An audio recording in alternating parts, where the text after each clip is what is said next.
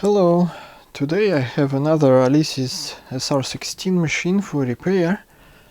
Recently I published a video repairing this guy, and today I have another version for repair. It's not only a different problem, but a different version of hardware. So let's see if we power up the older one. It says 1990 on the display. When we power up the newer model, it says 2004. And there are more differences on the back. So the older one has main left, main right, auxiliary left, auxiliary right. And the newer one has headphones jack. And then main left and main right are shifted, and the auxiliary left and right are both in one jack. So they are slightly different on the outside, and we will have a look inside. So what's wrong with this machine? It seems to me that something is wrong with the output. It seems to work in general, but the volume is very low. So this is right and this is left.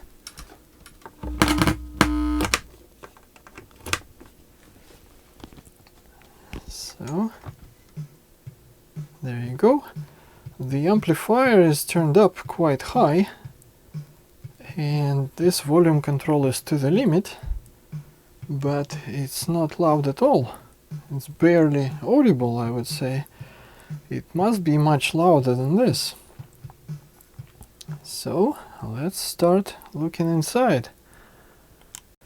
There you go. I removed 6 screws on the back, and I removed the volume knob. And now we can lift the cover, and there you go. It's all surface mount now. So the older machine was all through-hole technology. So let me disconnect the front panel. There's the same connector as before.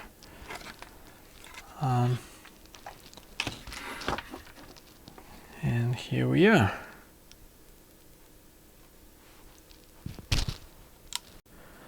Here they are, both versions side by side. Most of the chips are just replaced with their equivalents, surface mount equivalents, but there are some differences. So let's start from this one. This is Intel 8031 microcontroller. Here is 8031 microcontroller, a surface mount version of it. Then there is firmware, and here is the EEPROM version of that. This was just a latch, and I think this is the equivalent. Some other glue logic should be the same, I suppose. I didn't even look at that. Then static memory, battery powered, and here's the equivalent, battery powered again. Then these two chips have sound samples in them, so I suppose this flash is a replacement. Then I suppose this is some kind of a DSP, and this is exactly the same surface mount version of it. It is AMI C18757. But there is no equivalent of this chip here at all, so this is some kind of additional chip marked AMI 5341-039. And both these chips have Alesis brand on them as well, and this one as well. And this DAC, which is for both channels here, is replaced with these two separate wavefront AL1201G. And these two are TL74 op amps instead of this single one, TL64. So, as we've seen, most of the stuff is exactly the same, but there is this additional chip. I have no idea what it is. So let's start troubleshooting this thing. So I think we need to focus on the output part of the circuit. It must be around these two op amps. So let's power it up and start measuring things.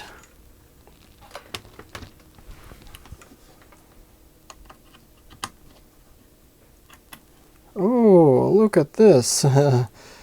Smoke.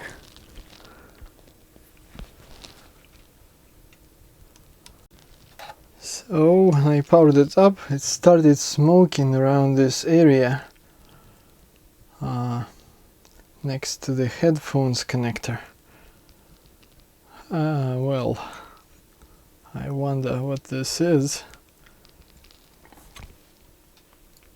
Look at this. I managed to desolder this connector, and there is some kind of corrosion and some kind of liquid underneath and on the board.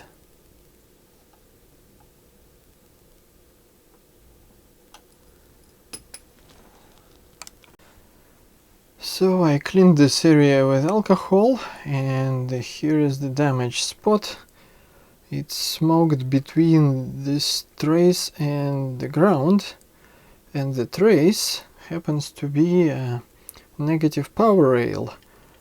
It goes all the way, looks like, under these connectors to this capacitor, to the negative side of it. And the power supply here is 9 volts AC. Then it must be rectified, and I suppose there are two power rails, plus and minus 12 volts or so. And the positive one has this regulator for the 5 volt logic. So the board is slightly damaged between the traces. There is a little hole burnt in the board, and I scraped a bit between the traces, and anyway, no matter what I do, I still measure between this trace and the ground around 26 ohms right now. It was 22 at some point, then it was 33, and now it's 26, so it's all over the shop.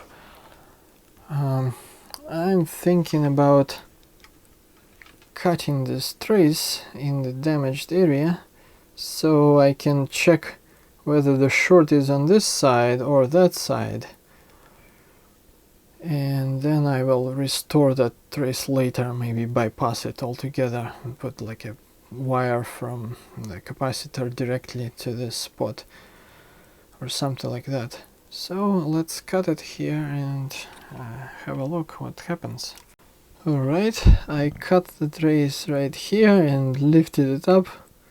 So let's see where the short is.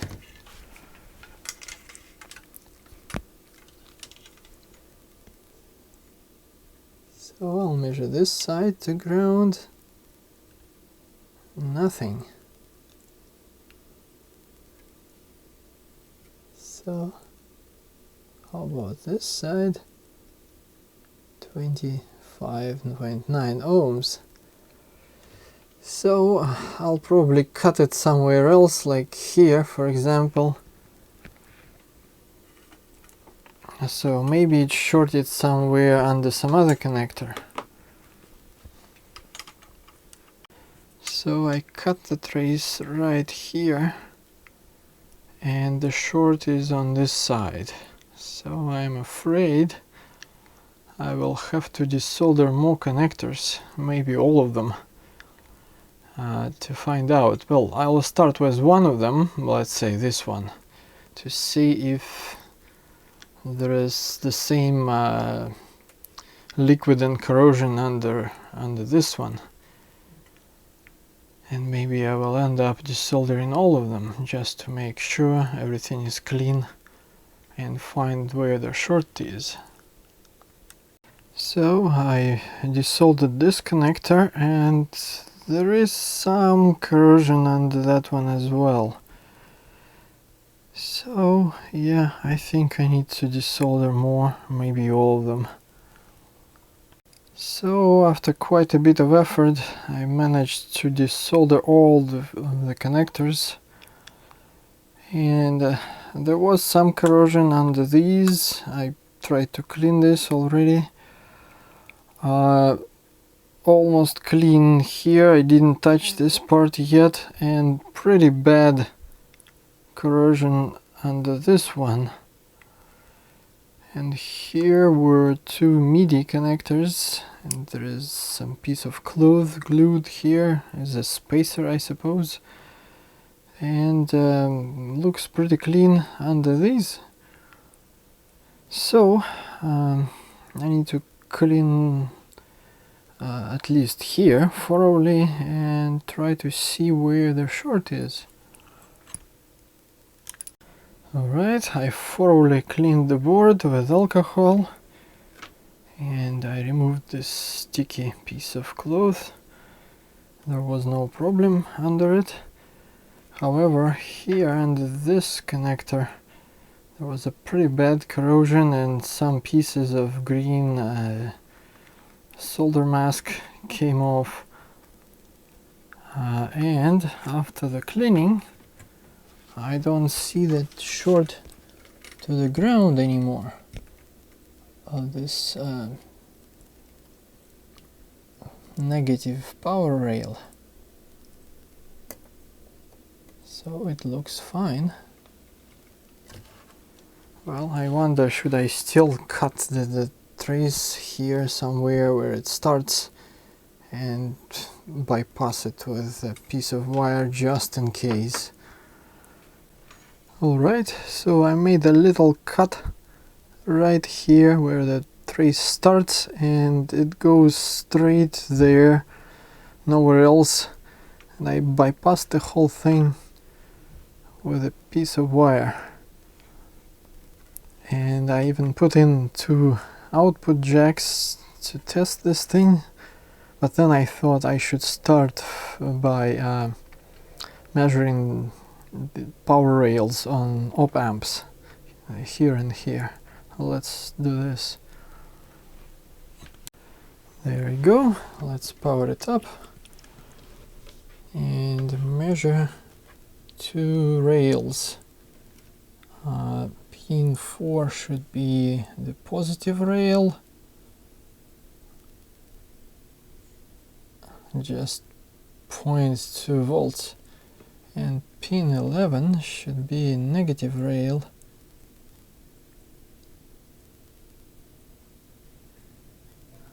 instead of negative we have 0.6 positive, but we should see something around plus minus 12 volts or something like that. So there is no power on those op amps.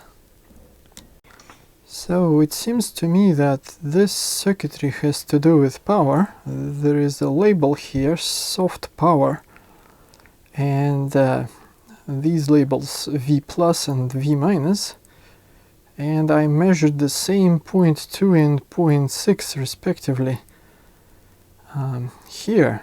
So I started looking what other traces come to this circuitry, and I found this one going all the way somewhere over here, and I think this trace is also broken somewhere.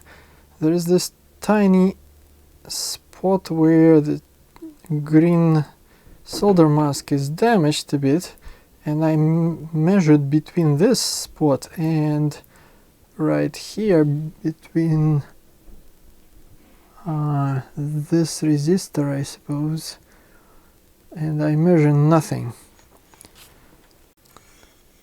Sure enough, I scraped off some of the green mask, and it seems to me that more than 1 millimeter of copper is missing here.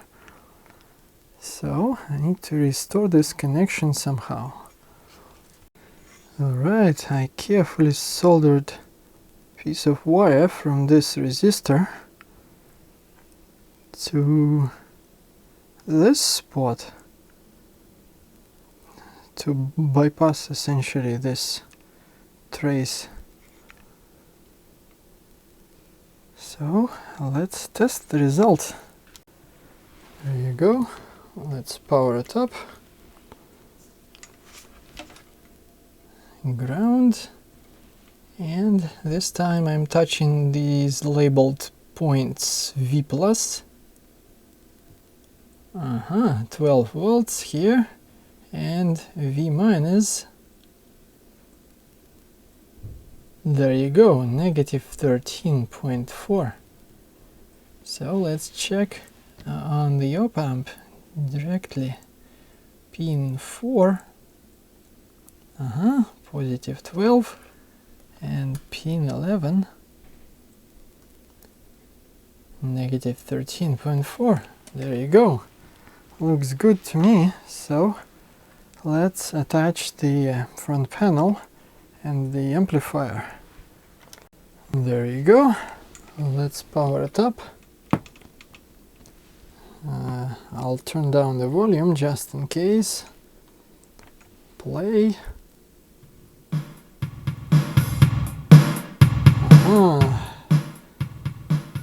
Quite loud. Okay, so it's time to put back all the connectors and test them. And by the way, we should test the battery just in case. 3.2, no problem. And let's test right on the static RAM. 3 volts exactly. There's a small drop because of some kind of diode or something else to mix two sources of power, from the battery and from the external adapter. So the battery is only powering this chip up when the device is turned off. Okay, I soldered all the connectors back, and now it's time to test each of them if they're working properly. Here goes the headphones connector. Let's start playing and take this close to a microphone. No problem at all. Both ears work just fine. Now it's time to test the auxiliary jack, which is a stereo output in this model. So I connected a different cable to my amplifier, and I have this converter. Let's plug it in and start playing. So nothing goes to the auxiliary output by default, so we need to reassign something. Let's say we reassign a drum from main output to auxiliary. Alright, so we hear the drum in both channels, no problem at all.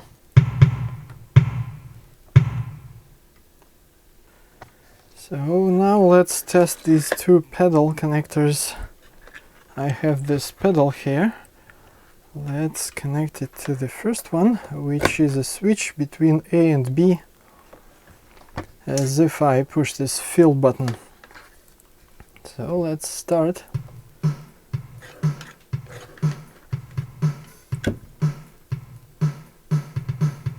No problem at all.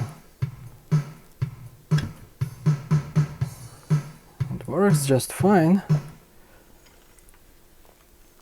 So let's move to the next one, which is start-stop. Okay, it started just by plugging it in. Okay, it stopped, started again, no problem at all.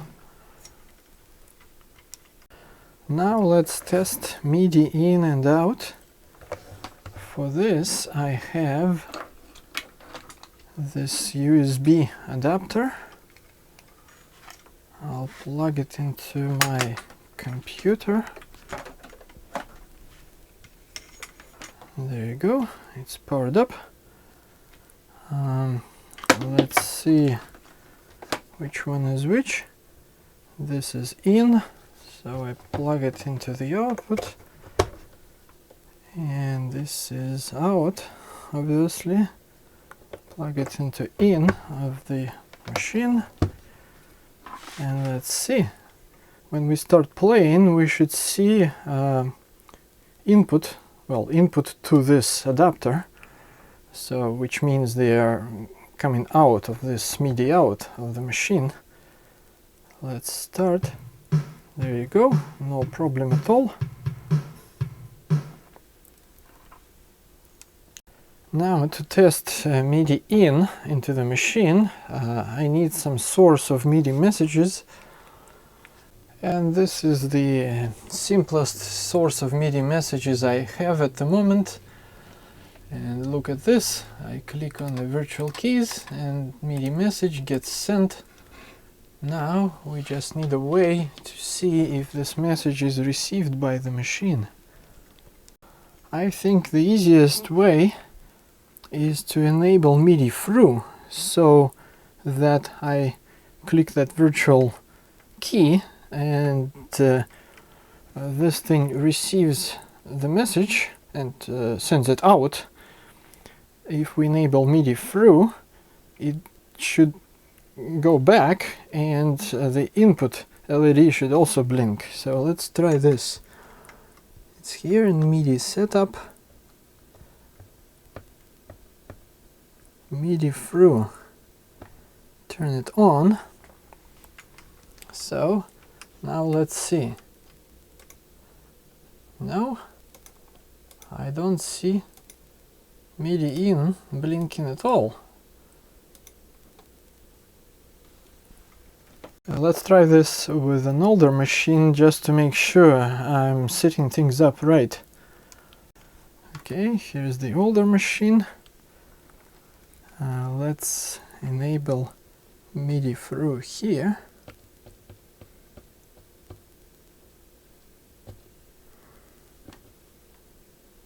And now let's see if I click this virtual keyboard.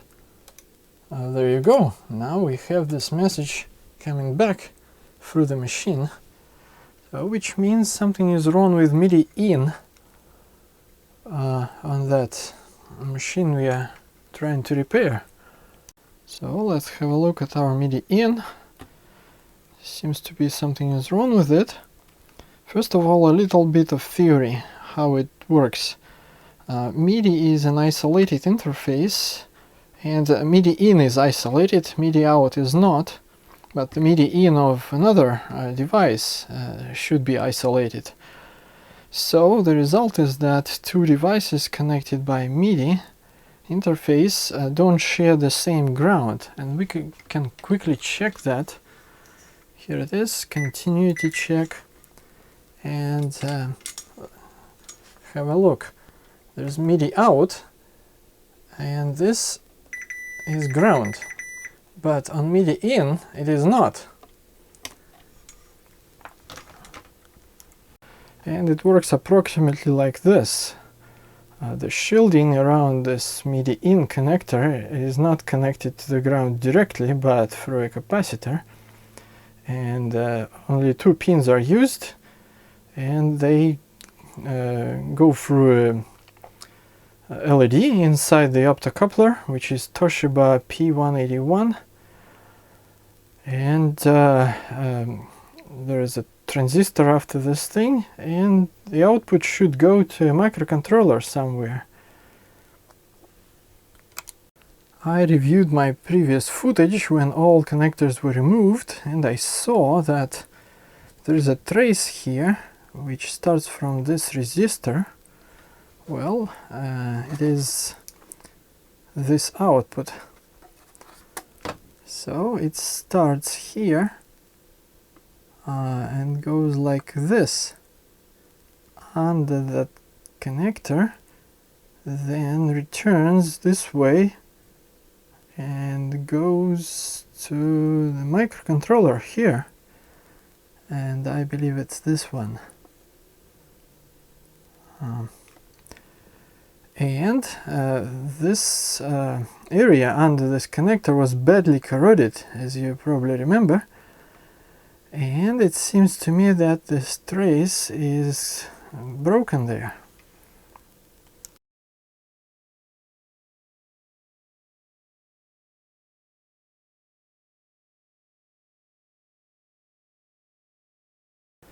Alright, I restored this connection with a piece of wire, and let's test the result.